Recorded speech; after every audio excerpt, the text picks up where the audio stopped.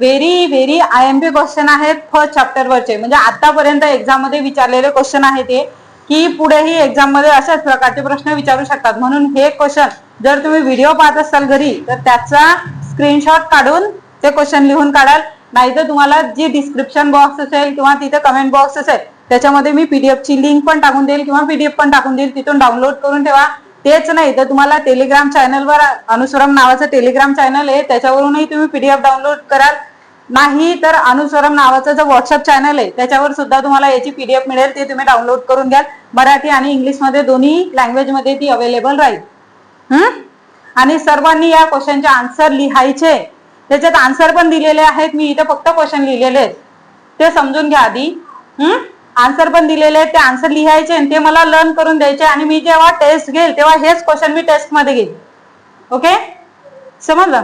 चला आता योग्य पर्याय निवडा. पहिला क्वेश्चन आहे उत्क्रांती म्हणजेच काय, म्हणजे इव्होल्युशन म्हणजेच काय. आता इव्होल्युशन जेव्हा मी उत्क्रांती समजून सांगितलं होतं तेव्हा ग्रॅड्युअल चेंज हा एक शब्द वापरला होता की नाही. ग्रॅड्युअल चेंज म्हणजे क्रमिक बदल. कसा झाला बदल?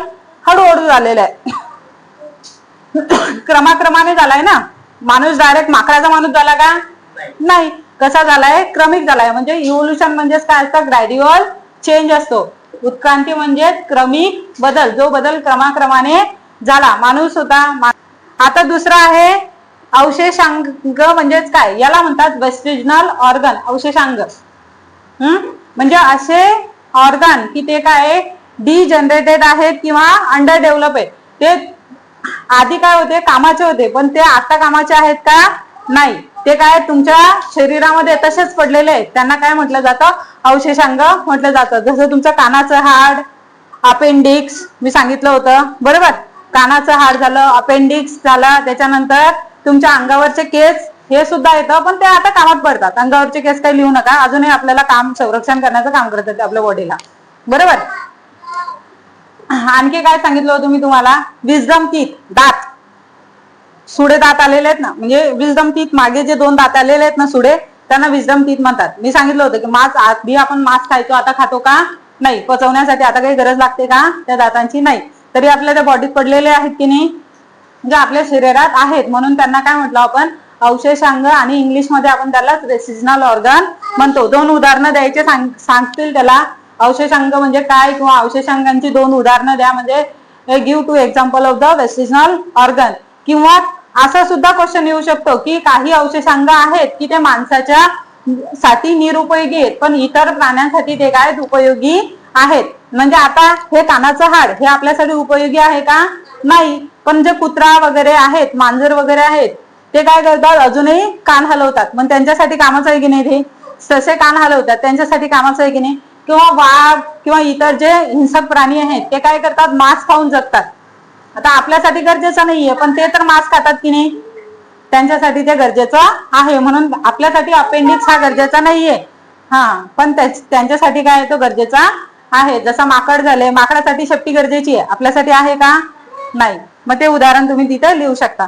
आता पुढे आहे सस्तन प्राण्यांची 2 उदाहरणे लिहा. सस्तन प्राणी म्हणजे जे मॅमल्स म्हणतात, जे प्राणी दूध देतात त्यांना काय म्हणतात? सस्तन प्राणी म्हणतात. मग कोणतं म्हणू शकतात तुम्ही सस्तन प्राण्यांचं उदाहरण? माणूस पण हा एक काय सस्तन प्राणी आहे, किंवा तुम्ही डॉल्फिन पण म्हणू शकता. मध्ये स्पर्धा कशी होते? आता मी त्याच दिवशी सांगितलं होतं, जेव्हा तुम्हाला डार्विनची थेरी एक्सप्लेन करून दिलेली होती, तेव्हा डार्विनचा सिद्धांत समजून सांगितला होता, तेव्हा डार्विनने 3 गोष्टी सांगितल्या होत्या की माणसं म्हणजे जे ह्युमन आहेत, माणसं आहेत, प्राणी आहेत, त्यांच्यामध्ये 3 गोष्टींसाठी स्पर्धा होईल. एक म्हणजे अन्न, दुसरं म्हणजे मेट म्हणजे रिप्रोडक्शन करण्यासाठी, पुनरुत्पादन करण्यासाठी, तिसरी गोष्ट कशासाठी होईल? फिटनेससाठी. मग कोण जो तयार असेल, जो सशक्त असेल तोच काय राहील? जिवंत राहील. म्हणजे जो फिट असेल तोच जगेल. कशा कशासाठी कॉम्पिटिशन होईल?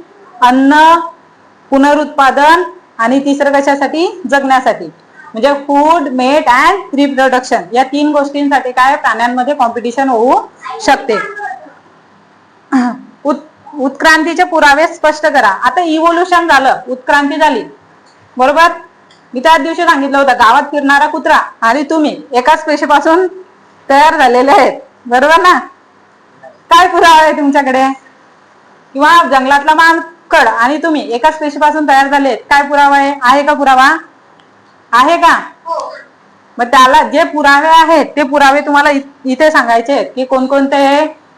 पहिला होता मॉर्फोलॉजिकल म्हणजे बाह्यरूपी पुरावे, दुसरा आहे आंतररूपी पुरावे, तिसरा आहे प्रेस्टेजनल ऑर्गन म्हणजे अवशेषांगाचे पुरावे, चौथा काय आहे जोड पुरावे, जोड दुवे होते ना कनेक्टिंग लिंक्स, पाचवा आहे एम्ब्रिओलॉजिकल इव्हिडन्स, त्यालाच म्हणतात भ्रूण विषयक पुरावे. आता मी काल मापन करण्यासाठी कोणती पद्धती वापरतात? आता काल मापन करण्यासाठी मी तुम्हाला सांगितलं होते की कार्बन डेटिंग ही पद्धत वापरतात. कोणती पद्धत? Carbon dating. कोणकोणत्या कार्बन वापरल्या जातात त्याच्यामध्ये? कार्बन 12, कार्बन 14 दोघे काय असतात प्रोपोर्शन मध्ये. किरणोत्सारी रेडिओ ऍक्टिव्ह कोणता कार्बन असतो? कार्बन 14. घरी गेल्यानंतर आम्ही काहीच वाचत नाही म्हणा. घरी गेल्यानंतर माझा जर व्हिडिओ पाहिला असता किंवा वाचलं असतं ना तर इथे बरोबर उत्तर आले असते. ती एकटीच करते म्हणून तिला येतात. तुम्हाला बोललं तर राग येईल. आता कोणा इकडे नका पाहू, घरी अभ्यास करा नाही तर मी मारणं सुरू करेल डायरेक्ट. कोणा इकडे पाहता तुम्ही? अभ्यास करा. 10वीचं वर्ष आहे तुमचं, पहिली दुसरीत नाहीये तुम्ही. छंद बसा. आंत्रपुंज हा अवशेष अवयव आहे हे स्पष्ट करा. आंत्रपुंज म्हणजे काय? अपेंडिक्स. अपेंडिक्स हा अवशेषांग वेस्टेजनल ऑर्गन आहे हे स्पष्ट करायचं आहे की नाही. आता आपल्याला मांस पचवायची गरज आहे का? नाही. तरी तो आपल्या पोटात आहे की नाही. तो कोण ज्यांना उमडतो त्यांना काय करावं लागतं? ऑपरेशन करावं लागतं की नाही अपेंडिक्सचं. त्याला आंत्रपुंज म्हणतात. पुढे आहे जीवाश्म कसे तयार होतात. कोणते इव्हिडन्स म्हणतात त्याला? पॅलेंटोलॉजिकल इव्हिडन्स. पॅलेंटोलॉजिकल इव्हिडन्स कसे तयार होतात? आपल्याला माहिती आहे की एखादा प्राणी किंवा वनस्पती मृत झाल्यानंतर ते काय होतात? जमिनीतले काढले जातात आणि त्याच्यावर माती पडतो, कचरा पडतो, माती पडते, कचरा पडते आणि अशा प्रकारे काय होतात? जीवाश्म तयार होतात.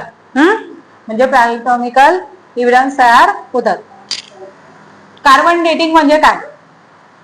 की ज्याच्यावरून कालमापनची जी पद्धती असते, ज्याच्यावरून एखादा प्राणी किंवा वनस्पती केव्हा मृत झालेली आहे हे आपल्याला ज्याच्यावरून समजते त्याला काय म्हणतो आपण?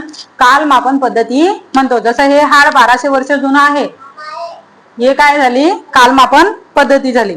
बरोबर. पुढचं आहे तुलनात्मक शरीर रचना म्हणजे काय? उदाहरण द्यायचं. मॉर्फोलॉजिकल इव्हिडन्स बाह्यरूपी पुरावे. तुलनात्मक जसं आता आपण बघितलं होतं की कुत्र्याचे कान, मी तुम्हाला सांगितलं होतं की कुत्र्याचे कान, मांजरीचे कान, कुत्र्याचे कान झाले, कोल्ह्याचे कान झाले, हे काय जवळपास सारखेच आहे. बरोबर. किंवा काही झाडांचे पानं हे सुद्धा काय सारखेच आहेत. त्यांना काय म्हटलं जातं? तुलनात्मक पुरावे किंवा बाह्यरूपी पुरावे. पुढे आहे उत्परिवर्तन म्हणजे काय? म्हणजे म्युटेशन म्हणजे काय? आता मी सांगितलं की जेव्हा कॅरेक्टरिस्टिक ह्या पॅरेंट्स मधून काय होत असतात पुढच्या जनरेशन म्हणजे नेक्स्ट जनरेशन मध्ये ट्रान्सफर होत असतात. जेव्हा काय होतं की यांच्या एखादा गुणसूत्र म्हणजे एखादा न्यूक्लियोटाइड याच्यामधला काय होऊन जातो? चेंज होऊन जातो. मी त्या दिवशी सांगितलं होतं यूचा कधी टी होऊन जातो आणि त्याचे काय परिणाम आपल्याला भोगावे लागतात. मग त्याचे पॉझिटिव्ह परिणाम होतात का? नाही.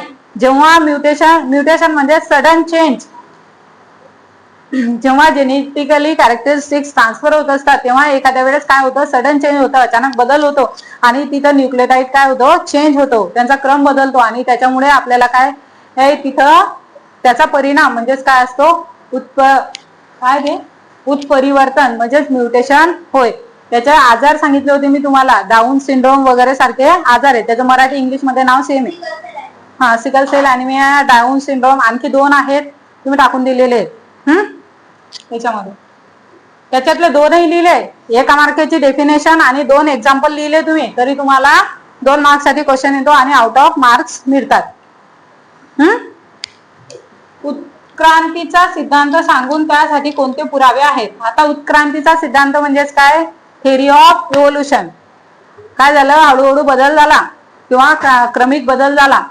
काय झाला? त्याचे पुरावे काय आहेत आपल्याला माहिती. त्याचे पुरावे खाली दिलेले आहेत. जे 5-6 पुरावे आहेत ते लिहायचे. बाह्यरूपी पुरावा, त्याच्यानंतर आंतररूपी पुरावा, जोड पुरावा, अवशेषांग, भ्रूणविषयक पुरावे, जीवाश्म पुरावे, हे सगळे तिथे लिहावं लागेल. हा प्रश्न 3 मार्क्स साठी आहे.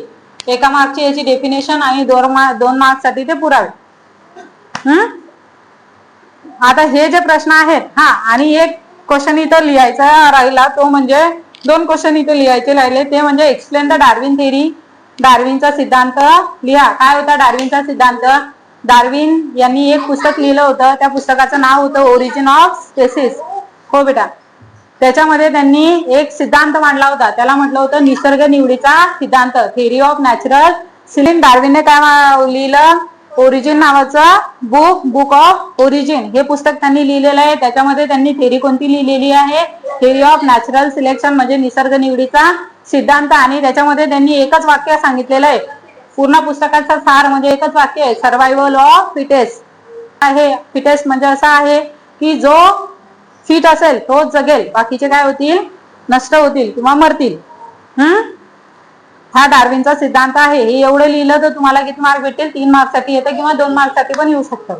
त्याचे ऑब्जेक्शन येते, आले तर 3 मार्कला जर आली तर तुम्हाला थेरी पण लिहावं लागेल, त्याचे ऑब्जेक्शन पण लिहावं लागतील. ऑब्जेक्शन काय काय होतं त्याच्यावर? पहिली गोष्ट की काय बदल करावे लागतील हे त्याने सांगितलंय का? नाही, डार्विनने. दुसरी गोष्ट, कोणते बदल फास्ट होतील, हळू होतील, माहिती आहे का? नाही. तिसरी गोष्ट, तिच्या घडामोडी सुद्धा आहे, बरोबर?